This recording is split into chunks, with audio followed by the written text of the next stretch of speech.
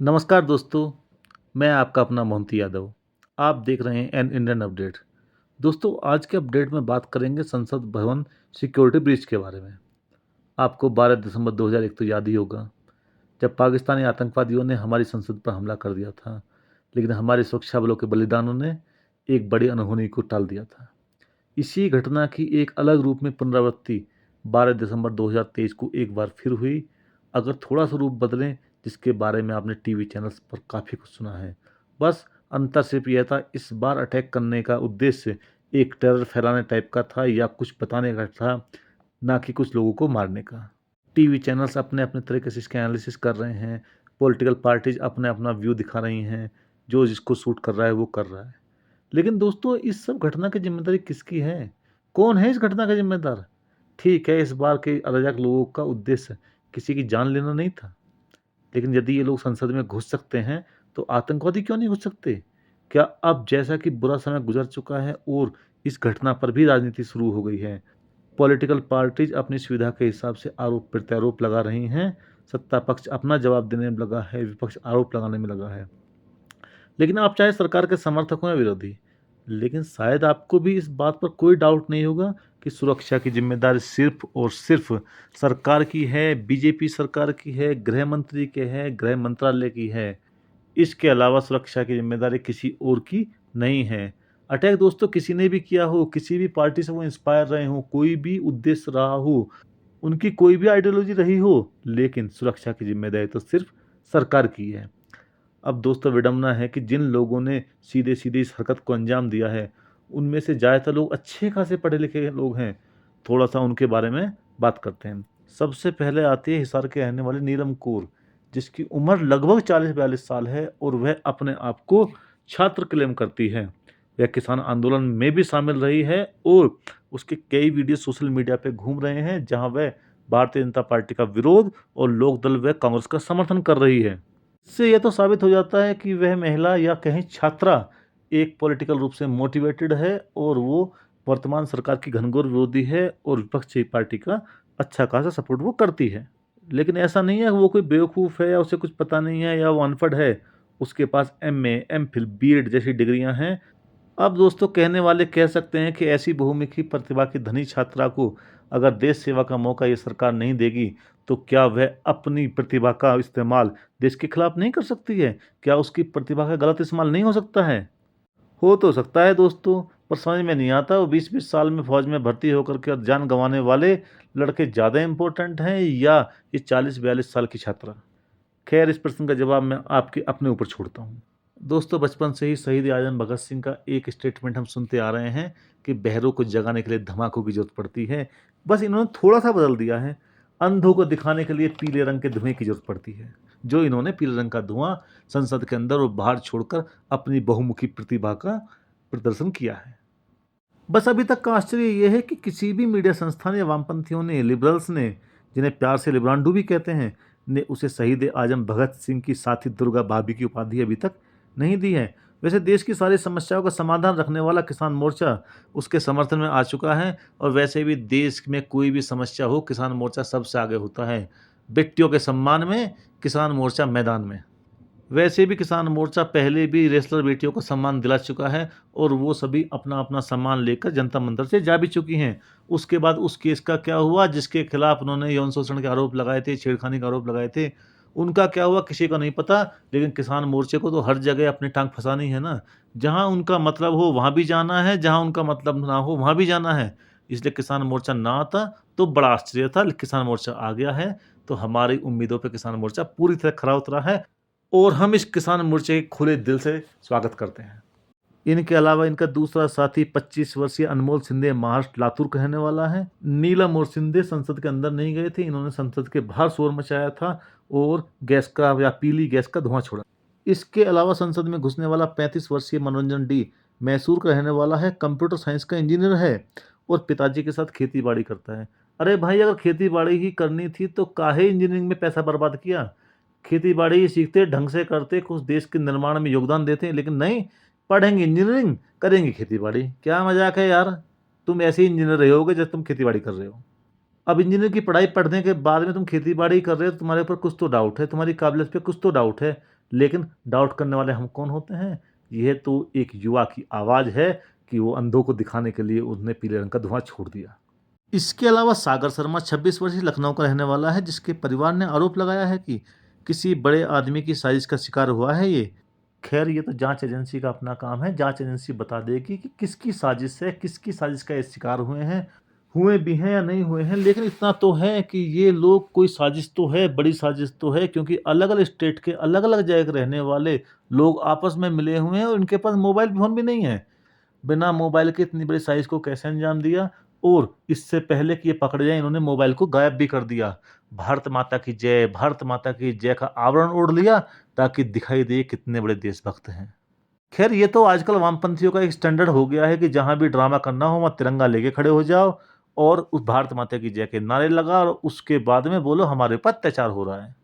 अब मुझे इंतज़ार है कि हमारे मीडिया संस्थान, हमारे वामपंथी संगठन, हमारे सेकुलर, हमारे लिबरल्स देश को मॉडर्न भगत सिंह, बटुकेश्वर दत्त दिला दें, क्योंकि अब तक तो मिल जाने चाहिए थे। लेकिन जल्द ही वो मॉडर्न भगत सिंह, मॉडर्न दुर्गा भाभी, मॉडर्न बटुकेश्वर दत्त के दर्शन हमें जल्द ही करवा देंगी। लेकिन दोस्तों पॉलिटिकल आरोप कुछ भी लगाओ, कुछ भी बोलो, हमारी एजेंसियां फेल तो हुई हैं। हमारी खुफिया एजेंसियां इस घटना को भांपने में या इसको चेक बैक करने में या इसको पहले ही पकड़ने में फेल तो हुई हैं। और इसके फेल होने की जिम्मेदारी अगर किसी की आती है तो सिर्फ और सिर्फ गृह मंत्रालय की आती है और किसी को नहीं आती।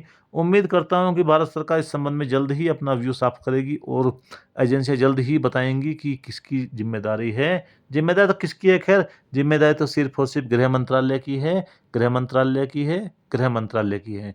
गृह मंत्रालय ही इस मामले में फेल हुआ है, लेकिन फिर भी साजिशकर्ताओं के नाम सामने आने चाहिए। ऐसे कौन महान लोग हैं जिन्होंने इतनी शानदार साजिश करी और साजिश भी कामयाब करी, अपने उद्देश्य को प्राप्त किया? उसके पीछे कौन लोग हैं वो बहुत जल्द सामने आना चाहिए देश के सामने। खैर इस बीच में अच्छी बात यह है कि भारत सरकार इसे एक आतंकवादी घटना की तरह देख रही है और इसमें जो केस दर्ज हुआ है उसमें 120 बी यानी कि आपराधिक साजिश, 452 यानी कि ट्रेसपास, 153 आईपीसी यानी कि दंगा फैलाने की कोशिश, 186 353 यानी कि पब्लिक सर्वेंट को उसकी ड्यूटी से रोकने की, इसके अलावा 16 और 18 यूएपीए की धाराओं के तहत केस दर्ज किया गया है और उस केस की जांच चल रही है, जिसमें 4 या 5 लोगों को अरेस्ट भी किया जा चुका है। इसकी जांच दिल्ली पुलिस की स्पेशल सेल कर रही है। लेकिन दोस्तों इसके चलते हुआ क्या है? पिछले 4-5 दिन से देश में एक बहुत बड़ा काम चला हुआ था। 350 करोड़ से ज़्यादा का कैश रिकवर किया जा चुका था और अभी भी गिनती जारी थी। धीरज साहू कांग्रेस के एक महान नेता के घर पर रेड में इतना ज़्यादा कैश पकड़ा गया था। ये वही धीरज साहू हैं जो भारत जोड़ो यात्रा में भी शामिल थे और जिन्होंने नोटबंदी का यह कहते हुए विरोध किया था कि कैसे लोग इतना इतना नोट अपने घर में रख लेते हैं।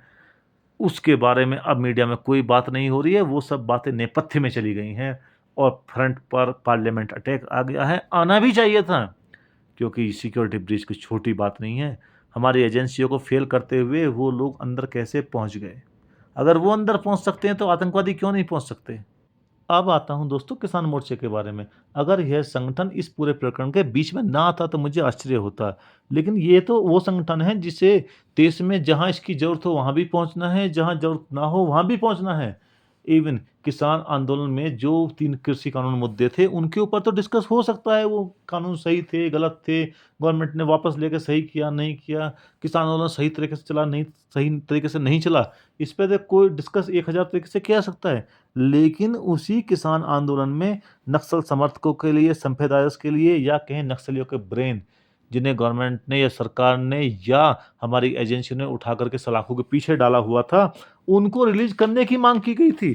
जो 21-22 शुरू की मांगे थी उनमें ये भी शामिल किया कर लिया गया था कि नक्सल सिंपैथाइजर्स को भी छोड़ दिया जाए। अब दोस्तों इन संगठनों को, किसानों को नक्सलियों से क्या मतलब था? इसके बाद में यही सब किसान संगठन बेटियों के सम्मान में, किसान संगठन मैदान में का नारा लगाते हुए जंतर मंतर पे पहुंच गए थे। और उसके बाद उस जंतर मंतर के उस आंदोलन का क्या हुआ, उन बेटियों के सम्मान का क्या हुआ, उस मुकदमे का क्या हुआ, वो पहलवान अब क्या कर रहे हैं किसी को नहीं पता। लेकिन पहुंचना हर जगह है हमें, क्योंकि हमें अपनी जात की राजनीति, अपनी राजनीति हर जगह घुसानी है। तो यहाँ क्यों नहीं आते? और कोई इस बारे में बात नहीं करेगा कि एक बड़ी साजिश जो इतनी सफाई से की गई कि लोग अलग अलग जगह के रहने वाले मोबाइल फ़ोन के गायब करके एक जगह इकट्ठे होते हैं, इतनी बड़ी साजिश को सफलतापूर्वक अंजाम देते हैं। यह कोई छोटी बात तो नहीं है। अगर ये घटना किसी दूसरी तरह से घटी जाती और संसद में कुछ लोग हमारे खत्म हो जाते या कोई बड़ी घटना घट जाती, तो ये संगठन क्या बोलते, तब सरकार क्या कर रही थी, इस तरह की बातें ये लोग करते। अब ये लोग उन्हीं लोगों को सपोर्ट कर रहे हैं जिन्होंने इस तरह का सिक्योरिटी ब्रीच को अंजाम दिया है। दोस्तों, जिस तरह के नारे नीलम लगा रही थी, तानाशाही नहीं चलेगी, नहीं चलेगी, तानाशाही नहीं चलेगी, ये नारे कुछ याद दिलाते हैं आपको? यदि नहीं तो आप जेएनयू और किसान आंदोलन के नारों को याद कर लीजिए। अब इसका क्या संबंध है मैं नहीं कह सकता। इस महिला का उस किसान आंदोलन के साथ तो संबंध था, लेकिन किसान आंदोलन की इस महिला का इन नारों का जेएनयू और किसान आंदोलन से कोई संबंध है या नहीं है, ये नहीं कह सकता। इस घटना का किसान आंदोलन या जेएनयू से कोई संबंध है, नहीं है, ये जाँच का विषय है। ये जाँच के बाद में आ जाएगा। लेकिन नारे तो वही हैं जो जेएनयू में और किसान आंदोलन में लगे थे। दोस्तों, जल्दी ही सुनोगे, बहुत सारे बुद्धिजीवी लोगों ने इस घटना की तुलना शहीद आजम भगत सिंह से करना शुरू कर देंगे।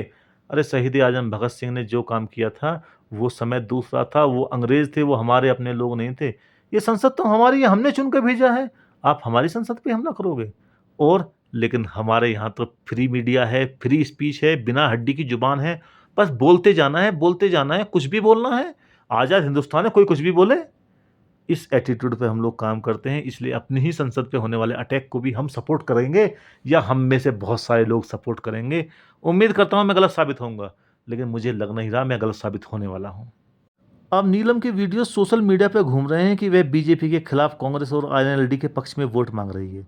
अब बीजेपी इसे कांग्रेस का एजेंट साबित करने पे तुली हुई है, लेकिन क्या इससे इस बात का जवाब मिल जाएगा कि इस सुरक्षा चूक का जिम्मेदार कौन है? अब शुक्र है पुलिस व सरकार इसे आतंकवादी हमले की तरह ट्रीट कर रही है, केस रजिस्टर करके जांच कर रही है, कुछ लोगों को अरेस्ट भी किया गया है। लेकिन क्या ये जांच होगी, क्या है किसी टूल किट का हिस्सा तो नहीं है? क्या जॉर्ज सोरोस जैसा ड्रामा देश में फिर तो शुरू नहीं हो गया है? भगवान करे ना शुरू हुआ हो, और अगर शुरू हो गया है तो वो हमारी एजेंसियां पकड़ लें, नहीं तो देश कितनी बड़ी विपत्ति में आ सकता कह नहीं सकते। लेकिन इन सब से एक बात तो तय हो गई है कि धीरज साहू केस कांड से कांग्रेस को जो नुकसान हो रहा था, वह डिस्कशन एकदम से बंद हो गया है। इससे कांग्रेस को शांति तो मिली ही होगी, क्योंकि अब ध्यान पार्लियामेंट सिक्योरिटी ब्रीच पर केंद्रित हो गया है और केस कांड कहीं नेपथ्य में चला गया है। आज सुबह से कोई भी न्यूज केस कांड के संबंध में टीवी पर देखने को नहीं मिली। एक बात और दोस्तों, ठीक उसी दिन छत्तीसगढ़ और मध्य प्रदेश में शपथ ग्रहण समारोह था, जहां पे बीजेपी ने दोनों मुख्यमंत्रियों को बदला था। बीजेपी की एक बड़ी जीत थी, जिसको बीजेपी सेलिब्रेट भी कर रही थी। इसके बड़े बड़े नेता छत्तीसगढ़ में और मध्य प्रदेश में थे, लेकिन अचानक से इस घटना के चलते जो मीडिया कवरेज बीजेपी को छत्तीसगढ़ और मध्य प्रदेश में मिलना था, या कैश कांड के चलते बीजेपी को जो फायदा होना था, वो सब बातें एकदम से नेपथ्य में चली गई। इसका किसको फ़ायदा हुआ है, ये मेरे को बताने की ज़रूरत नहीं है, आप मुझसे ज़्यादा समझदार हैं। लेकिन दोस्तों, तमाम चीज़ों के बावजूद, तमाम आरोप-प्रत्यारोप के बावजूद, बीजेपी सरकार इस बात से नहीं बच सकती कि यह उसकी ज़िम्मेदारी थी कि इस पार्लियामेंट को सिक्योर करे। अगर ये लोग घुसपैठ करने में सक्षम हो गए हैं, तो ये सिर्फ़ और सिर्फ़ गवर्नमेंट का फेल्योर है, सरकार का फेल्योर है, बीजेपी सरकार का फेल्योर है। ये नहीं होना चाहिए था। अब इस पूरे प्रकरण में सरकार डिफेंस पर आ गई है और जांच आगे चल रही है। उम्मीद करते हैं षड्यंत्र सामने आएगा, किन लोगों का षड्यंत्र था, क्यों था, इसका उद्देश्य क्या था, ये सब देश के सामने आएगा। दोस्तों, वीडियो को ज़्यादा लंबा ना करते हुए मैं भी इस वीडियो को यहीं समाप्त करता हूँ, और समाप्त करने से पहले एक बार फिर बोलता हूँ, बेटियों के सम्मान में किसान मोर्चा मैदान में। आप ज़रूर इस बात पर विचार कीजिएगा। जय हिंद दोस्तों, वंदे मातरम, भारत माता की जय।